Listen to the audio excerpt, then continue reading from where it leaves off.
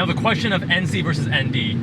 I would still say I'm so stoked to bring you a NC3 versus ND3 comparison. We're going to start with this NC3, which has been tastefully modified by Jack. It's powered by a 2-liter inline-4, making 167 horsepower, 140 pound-feet of torque.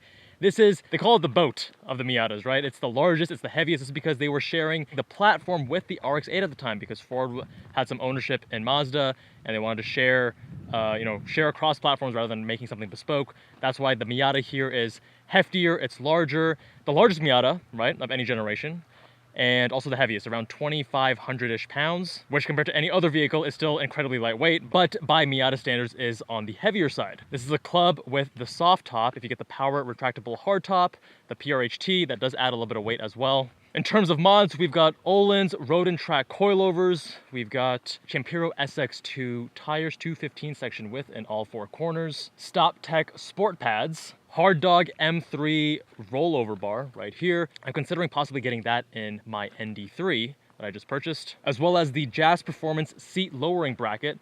And I need a seat lowering bracket in my ND3 because at 6'1", it can be a struggle getting in and driving a Miata. And of course, the RoadsterSport muffler. Owner was just in Japan and he got the quick release and the steering wheel, the Momo wheel, in Japan, which I think is super cool. We've got this 6-speed manual transmission. This is the generation where they had this extra arm. I think it was like 3rd gear, and sometimes those would fail on track. So they actually changed that for the ND, the 4th gen Miata. Now this is down on power and up on weight compared to the ND, but these still feel very light and nimble.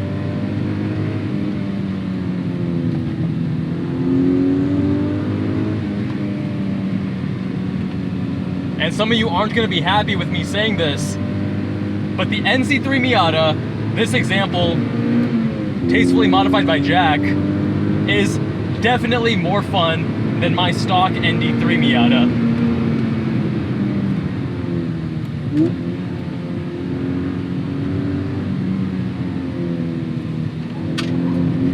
Oh yeah, she wants to dance.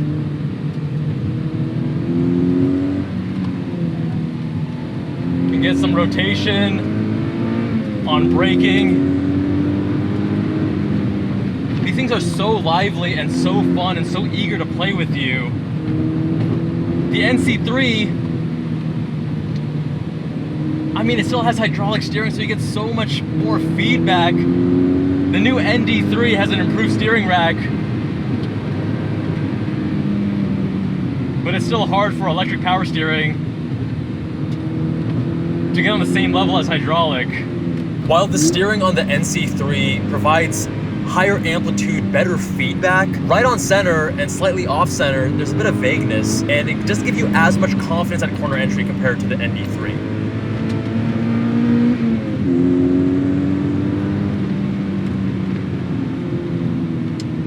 This engine, I mean, don't get me wrong, these are no S2000s, but this engine has a lot more character than my stock ND3 as well. As you build the revs, as you get closer to redline, you feel the change in vibration and sound, and it sounds angry and aggressive. 7,200 RPM redline, 7,500 RPM fuel cutoff.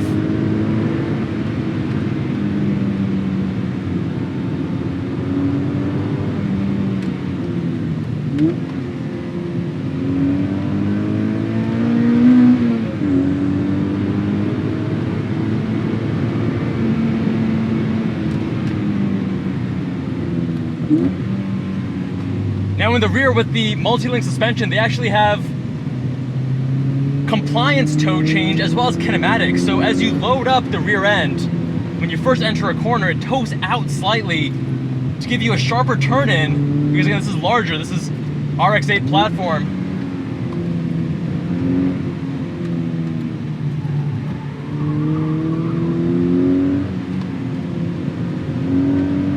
There we go, she's dancing.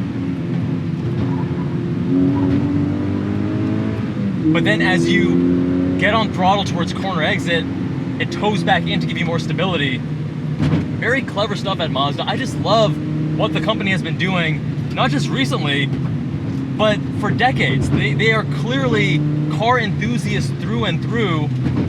They're not just focused on profits. They clearly care about the driving experience, and it's awesome to support a company like this. I actually own a Mazda CX-50 and now an ND3 Miata. But man, this NC, it's definitely a step in that raw, visceral direction compared to the ND. I'll be modifying mine, but sure, this is a little bit heavier. You can feel that.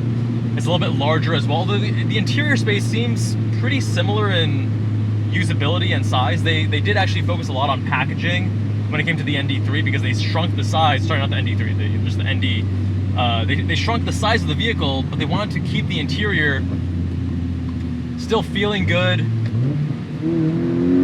still being usable. And the great thing about Miatas is that, sure, out of the factory, they may be a little bit too soft if you want to drive it hard in the canes or take it to the track. This owner does track his Miata, which, more power to him. But when you go with aftermarket coilovers, you don't have to have them too stiffly sprung. So here, we're still getting a good degree of comfort while also having great body control because the car is lighter. It's 2,500-ish pounds, which again, by modern standards, is quite light. The shifter in Miatas always impresses me. It feels so nice and tight and crisp, even in a car like this that's a bit older.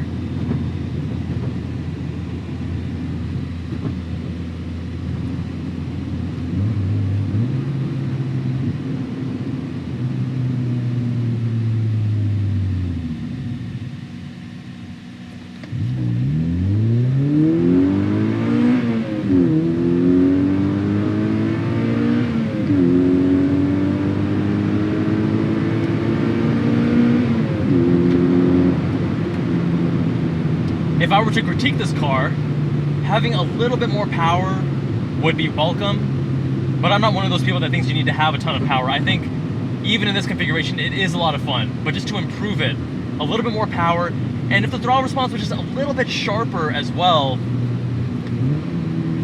that would really do it for me. But I love the steering here. I think the engine, even if the power delivery and torque isn't that of the ND2 or ND3, the sound and character is a little bit more emotional, which is what I like. Part of that, of course, being helped by the RoadsterSport exhaust, which I'm considering for my own vehicle.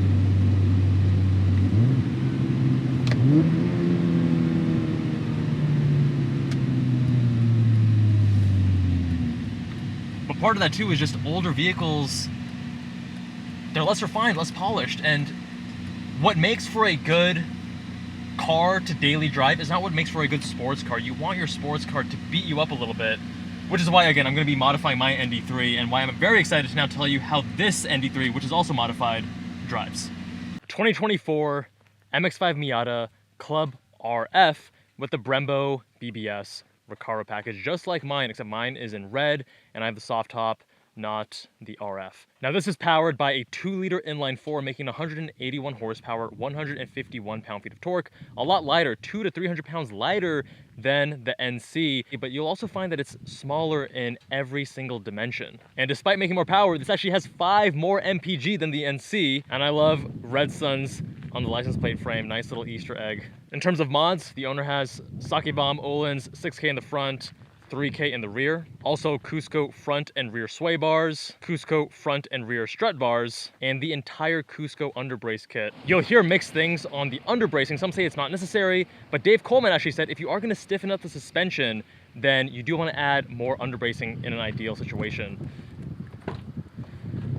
Gotta love that the owner has this Mazda key with the fake carbon fiber plastic bits. I'm actually probably gonna do the same thing. I asked him for a link from AliExpress, $8, so I'll put that down in the description. Going from NC to ND, big step up in interior.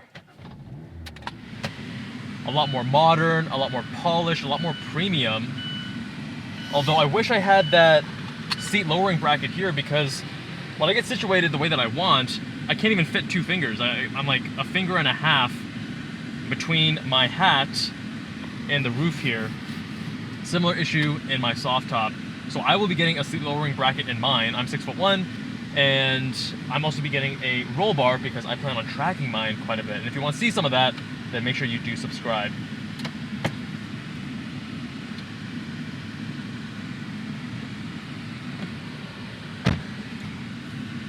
And we are off. It's amazing that Mazda took this engine, made it even lower and further back than in the NC, and it was already so much so in the NC that whenever you worked on the back of the engine, you had to remove the cowl, the firewall, that whole panel to access it, and somehow they were able to move the ND 2-liter engine further back and lower, which is quite an accomplishment because the ND was initially developed with a 1.5-liter engine in mind, and they added the 2-liter pretty late in development, which is why the ND1 didn't have a great engine characteristic, because they couldn't really put that R&D into it, into improving it for a sports car. That's why the ND2 fixed that. And now the ND3, we have, of course, the improved reduced friction steering with the retuned E-Pass and the asymmetric LSD that increases stability on corner entry and gives you rotation on corner exit.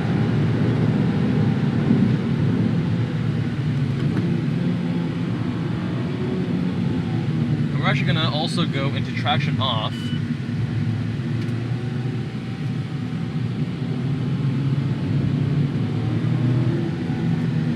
That additional power and lighter weight, you can instantly feel that, and it's very welcome. Red line at 7,500.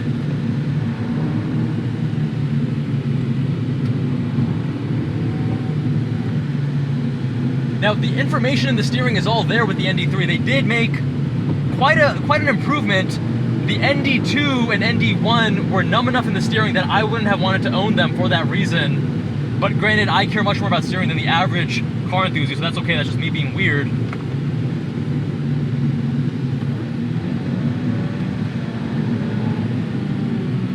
But here, the information is there. You just have to remember that with E-Pass, sometimes the resolution, the magnitude of that information is lower. So if you prepare yourself for that, and you look for lower amplitude information through the wheel, you can find it. But in something like the NC that has the hydraulic steering, you will feel it more there. It's more readily apparent. Transmission here, they completely reworked, which is amazing. They already had a 6-speed, but they felt like they needed to rework that. And you gotta love Mazda for doing so. They removed that extra linkage in some of the gears, I think it was 3rd gear, to improve the reliability and how much you can abuse it on track. These squirrels have a death wish, man.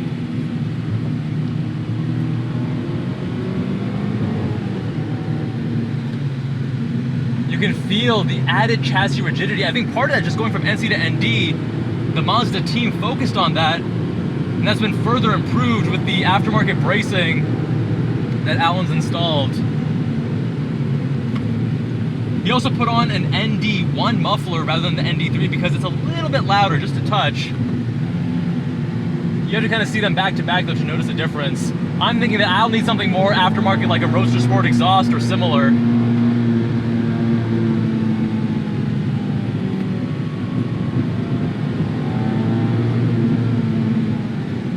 But man, having proper coilovers and sway bars totally transformed the experience. It's no longer trying to be a cute sports car to everyone, where the driving enthusiasts are perhaps a little bit, you know, wanting more, a little bit sharper, a little bit better driving dynamics when you push it hard. And you know, of course, they did that to appeal to the masses that want something that's a little bit more comfortable and whimsical and fun to drive at 3/10.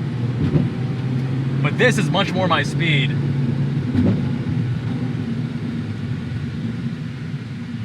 Yeah, these coilovers feel great. Good compression too, even on the big bumps, just one single bounce and then boom, back it sets. Big improvement over stock. I'll be doing something similar, I'm sure, on my ND3.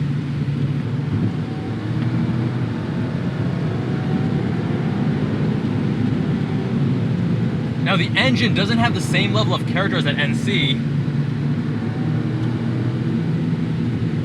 Even with the slightly louder muffler, I want to hear more induction note. I want to feel the vibrations. They really dialed out a lot of the NVH here. And if you want something that you can daily drive in comfort, I really get the appeal of this, and that's why I got an ND3 myself. And even with these modifications, it's still very comfortable. The way the coilovers are set up here is really good for canyon work. Good body control, great comfort. For track work, I want to go a little bit stiffer though. Now going back to that kinematic and compliance toe change in the rear with the multi-link suspension, they actually made both compliance and kinematic toe in, unlike the NC3. So you get more stability, and that asymmetric LSD also increases lockup on corner entry when you're braking. So compared to that NC3, which is a lot more tail happy, this one feels more stable.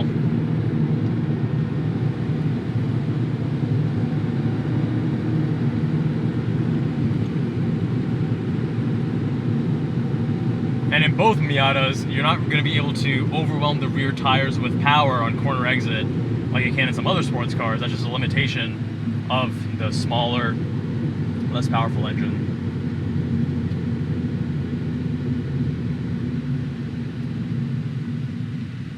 And I'll give you a pull.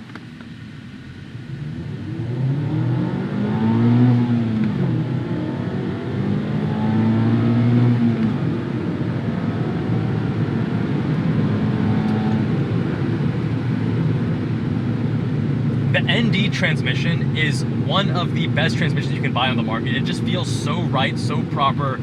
It feels so premium and expensive in a car like this. It's even better than the NC's transmission, which that one's also excellent. This takes it up a notch though. Really impressive. Now the question of NC versus ND. I would still say in current configuration, the NC is the more fun car than the ND. This would require a few more modifications in my mind to get it to a higher level to hopefully match or even exceed that NC. But with these modifications, it's a big step in the right direction over stock. I've been, again, driving my stock one for the last week or two. But you get something that's a little bit more emotional in the NC. A big reason why I got the ND is because I need this to do dual duty, where I am going to be driving it as my main vehicle, as well as taking it to the track, because my girlfriend lives in a different city than I do, so it can't be just a focused track toy. It has to do both things. The NC3 is more emotional and fun in certain ways, but the ND3 is the technically superior car. You can feel it in the chassis.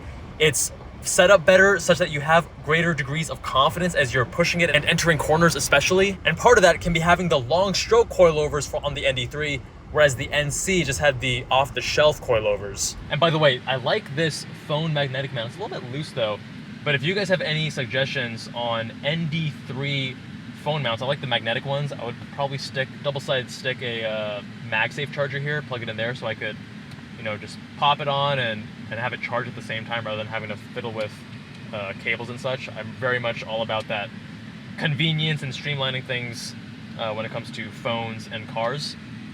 If you guys have any suggestions, please leave a comment down below. But the livability plus fun factor of this thing is very hard to beat. The interior is very nice. If you get these upgraded Recaros, they're great seats for dual duty. They're supportive enough when you want to push it, but also comfortable enough. You're not having to deal with like a proper bucket seat and getting in and out. But if I was focused on making a more financially responsible decision, my ND3 Miata was around 41K out the door. Getting a used NC3 or NC 2.5, depending on who you ask, it makes a lot of sense. Again, you want to get the NC2 or NC 2.5 over the NC1. They made a lot of great improvements, but you can get those, a decent example, for like 15K. It's less than half the price, and I would argue in many ways actually more fun. My friends, let me know what you think with a comment down below. If you want your vehicle reviewed, visit us on jabalandcars.com, fill out the form on the homepage. Big thanks to the owners Jack and Alan for letting me review their cars. Much love, my friends, and I'll see you all in that next one.